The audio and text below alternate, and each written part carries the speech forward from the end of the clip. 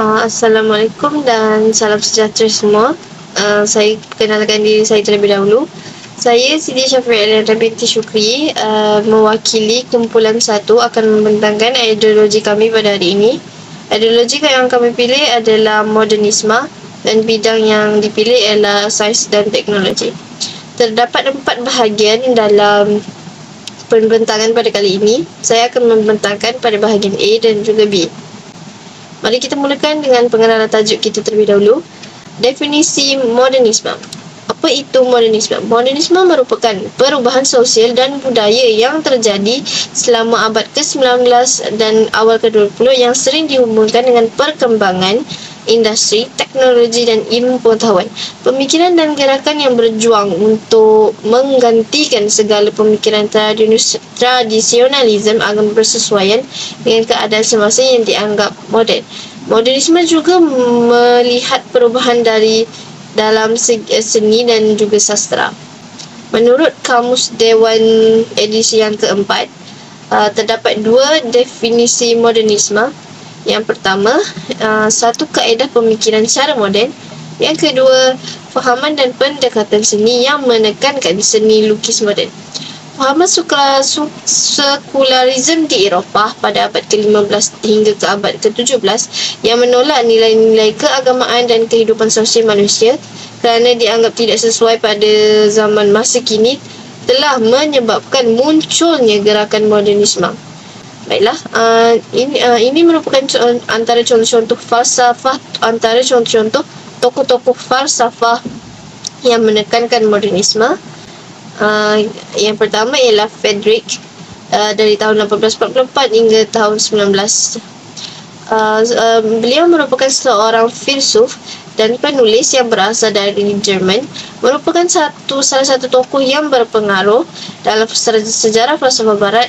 Beliau banyak mempengaruhi penulis modernis seperti Virginia Woolf, James Joyce, Franz Kafka dan T.S. Eliot. Friedrich terkenal dengan penulisan yang banyak mengkritik dari aspek budaya, agama dan falsafah barat pada masa beliau masih hidup. Antara karyanya yang terkenal ialah Das Buch Zarathustra dari tahun 1883 hingga 1885, membangunkan konsep Übermensch yang bermaksud manusia ideal yang boleh menjangkau konsep moral tradisional. Baiklah, tokoh kita yang kedua iaitu James Joyce. James Joyce merupakan seorang penulis Irlandia yang dianggap sebagai salah satu tokoh yang paling penting dalam sastra moden. Beliau lahir di Dublin, Ireland, membesar dalam keluarga yang terpengaruh dengan agama Katolik. Ia mula meragui dan mempertanyakan keyakinan agamanya seiring usianya bertambah. Karyanya yang terkenal iaitu Ulysses dianggap sebagai karya sastra yang paling kompleks dan inovatif dari abad ke-20. Karya-karyanya bertemakan identiti, agama, seksualiti dan hubungan manusia dengan masyarakat dan sejarah. Gaya penulisannya yang bersifat eksperimental dan kompleks telah memberikan sumbangan penting dalam perkembangan sastra moden dan mempengaruhi banyak penulis yang lahir setelahnya. Ciri-ciri falsafah ada 3. Yang pertama, falsafah modernisme sangat menekankan kepada kemajuan dan perubahan. Para modernis mempercayai bahawa inovasi dan perkembangan teknologi akan membawa perubahan positif pada masyarakat dan meningkatkan kualiti hidup manusia. Yang kedua, falsafah modernisme menghargai nilai individu dan autonomi pribadi. Mereka menganggap bahawa setiap individu memiliki hak mereka yang tersendiri untuk mengejar tujuan dan kebahagiaan mereka sendiri tanpa perlu campur tangan daripada pihak lain. Yang ketiga ialah falsafah modernisme menekankan bahawa akal dan sains dapat membawa kemajuan dan kebenaran serta menyelesaikan sesuatu atau sebarang masalah yang timbul. Mereka memberikan sesuatu pemikiran yang berbentuk baru dan solusi dalam pandangannya terhadap ilmu pengetahuan. Ciri-ciri modernisme, gerakan modernisme menekankan eksperimen dan inovasi dalam bentuk gaya dan teknik kreatif. Para seniman dan penulis modernis berusaha untuk melangkaui tradisi yang ada untuk mencari cara yang baru untuk menyampaikan idea dan pengalaman. Gerakan modernisme juga turut mencuba untuk memecahkan konvensi dan norma yang sedia ada dalam seni dan sastra. Para modernis mengubah batasan tradisional dan mencipta bentuk yang tidak terikat oleh aturan-aturan yang telah ditetapkan sebelumnya. Gerakan modernisme dianggap sebagai sebahagian daripada perjalanan manusia untuk menuju ke arah kemajuan. Eksperimen, inovasi dan pemecahan konvensi yang ditemukan dalam modernisme seringkali merupakan upaya untuk mencapai pengetahuan dan pengalaman baru. Pengaruh falsafah, kumpulan yang dipengaruh ada dua, warga emas dan juga golongan muda. Antara amalan falsafah, kemajuan teknologi pada masa kini telah memudahkan kehidupan seharian manusia. Yang kedua, perkembangan teknologi yang muncul melalui gerakan modernisme telah memberikan manfaat yang besar, terutamanya bagi warga emas. Contoh amalan falsafah, contoh yang pertama ialah komputer dan internet. Pertama sekali, meningkatkan keupayaan untuk mengakses maklumat.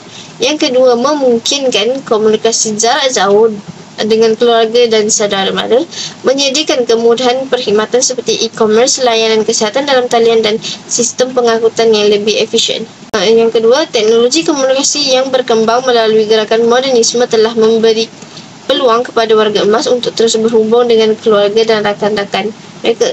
Platform seperti media sosial dan forum dalam talian membolehkan warga emas menjalin dan menjaga hubungan sosial, di samping dapat mengetahui isu semasa serta mendapat sokongan moral dari orang lain.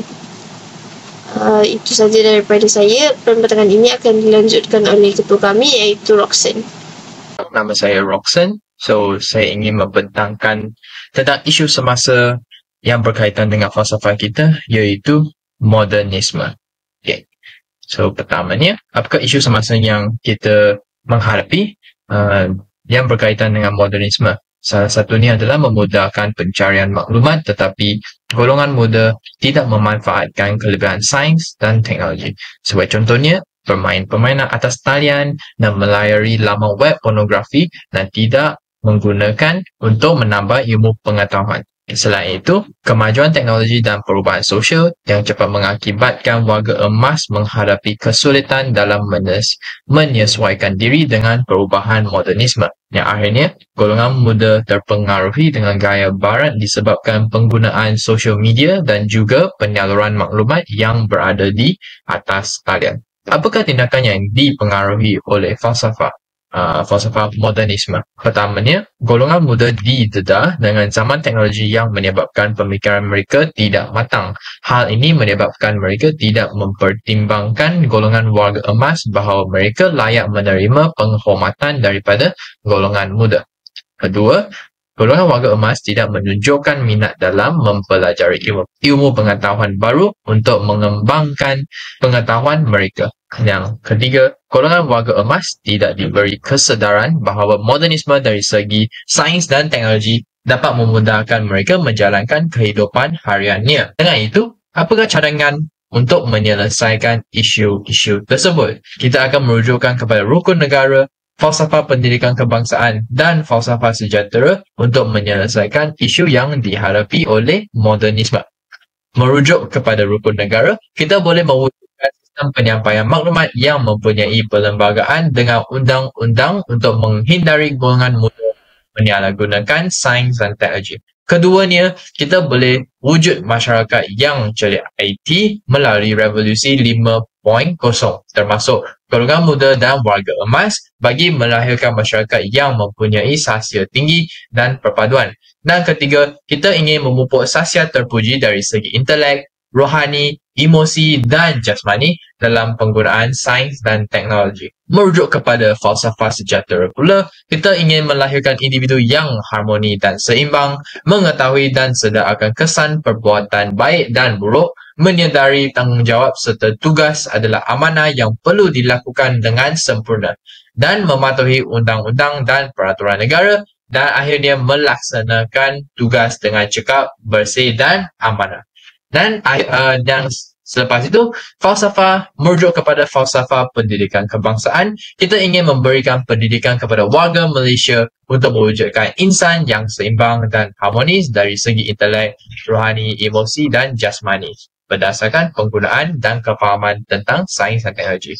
Selain itu, kita ingin melahirkan rakyat Malaysia yang berilmu pengetahuan, berketerampilan, mulia, bertanggungjawab dan keupayaan mencapai kesejahteraan diri. Juga pendidikan di Malaysia adalah suatu usaha berterusan ke arah lebih memperkembangkan potensi individu secara menyeluruh dan bersepadu supaya dapat meningkatkan ilmu pengetahuan generasi muda tentang penggunaan sains dan teknologi. Sekian, terima kasih.